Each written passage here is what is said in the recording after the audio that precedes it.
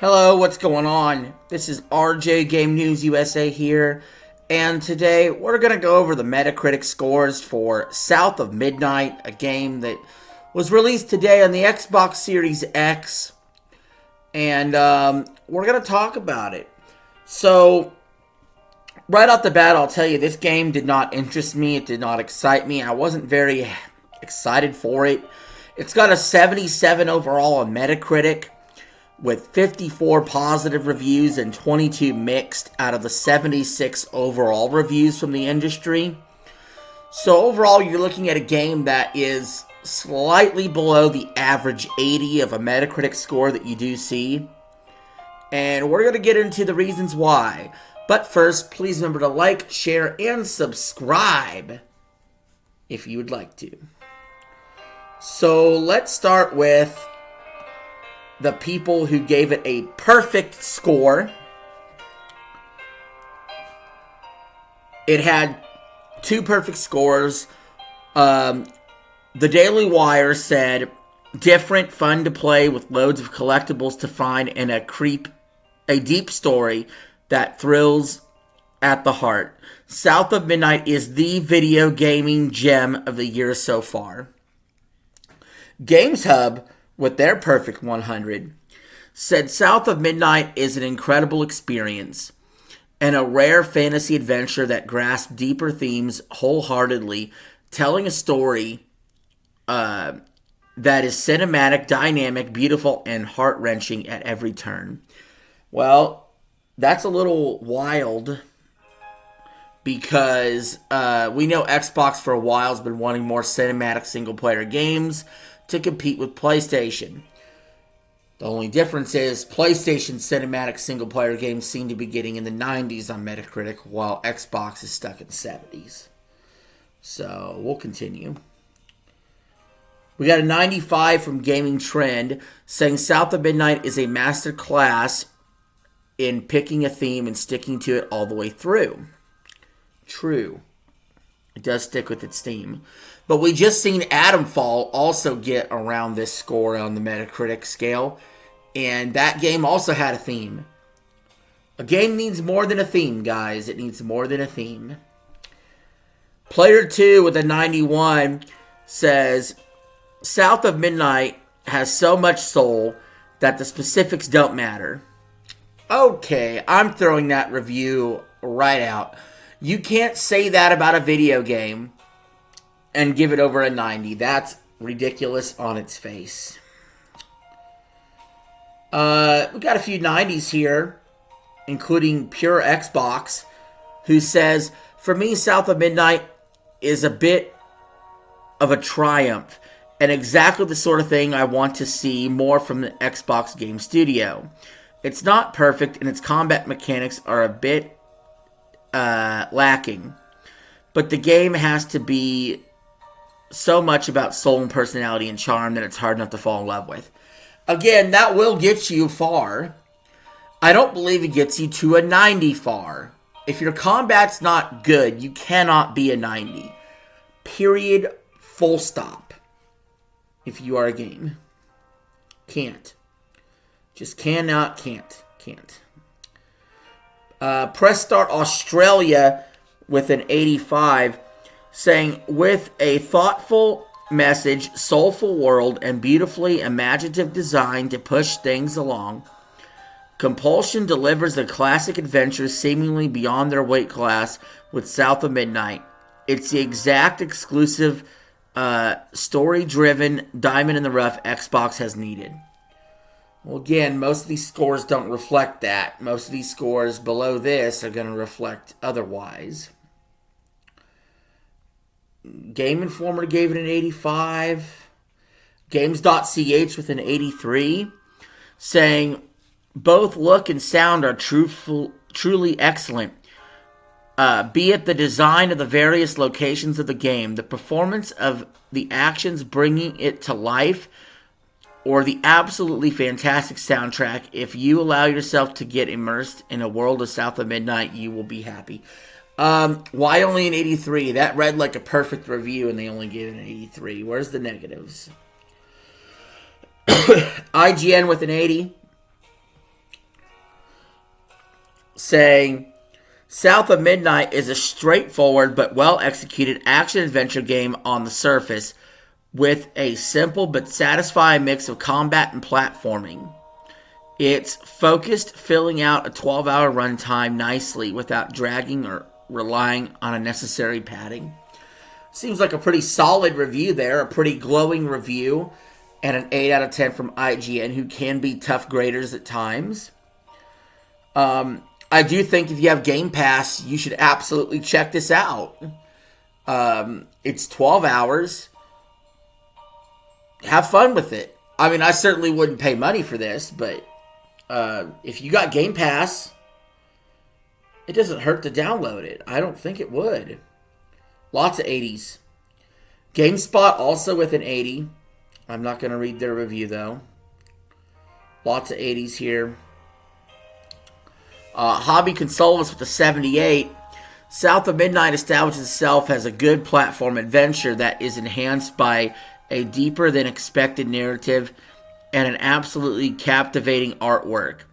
While the combat falls a bit short, we are faced with one of the best Xbox games. And I would not go as far as say it's one of the best Xbox games.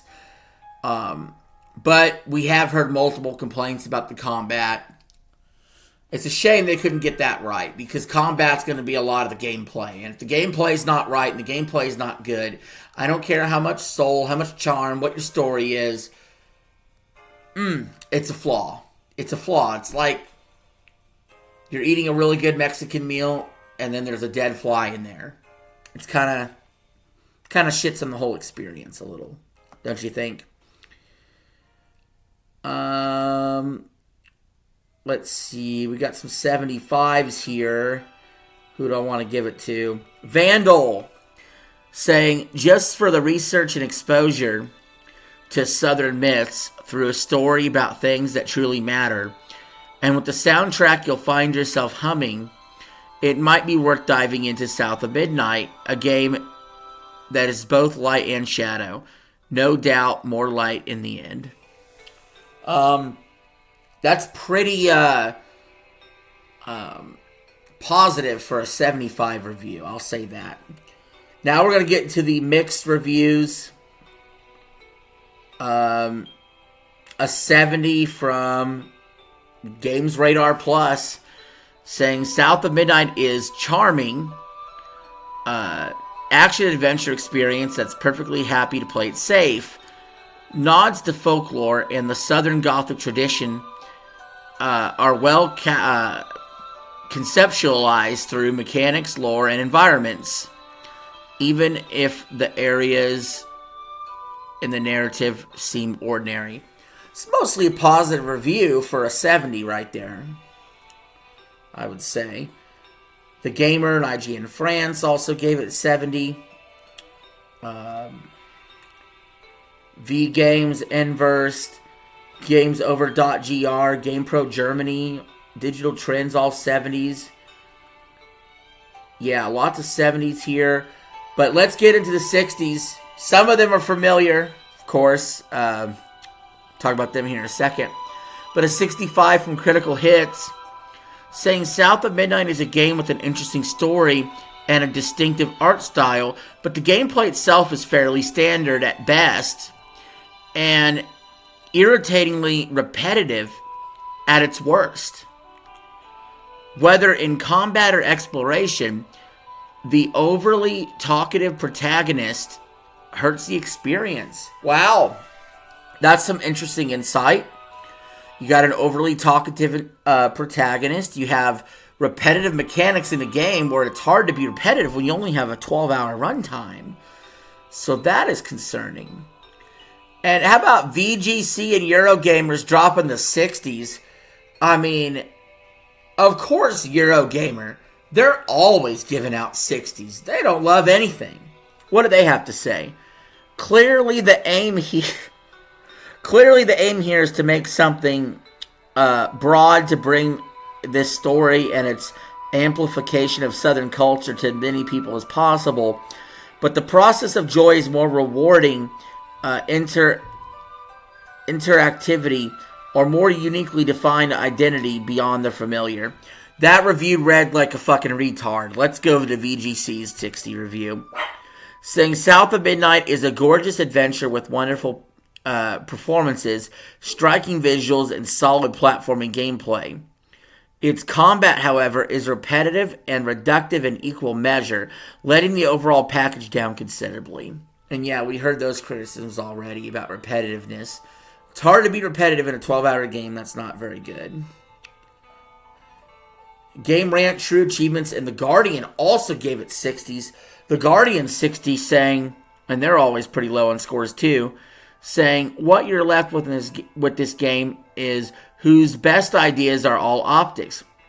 The fairy tale Southern style plays out like a modern YA take on Toni Morrison's fiction while summoning some of the whimsical damaged beauty of 2012's Beast of the Southern Wild. I don't know any of that fucking references, so I'm moving on.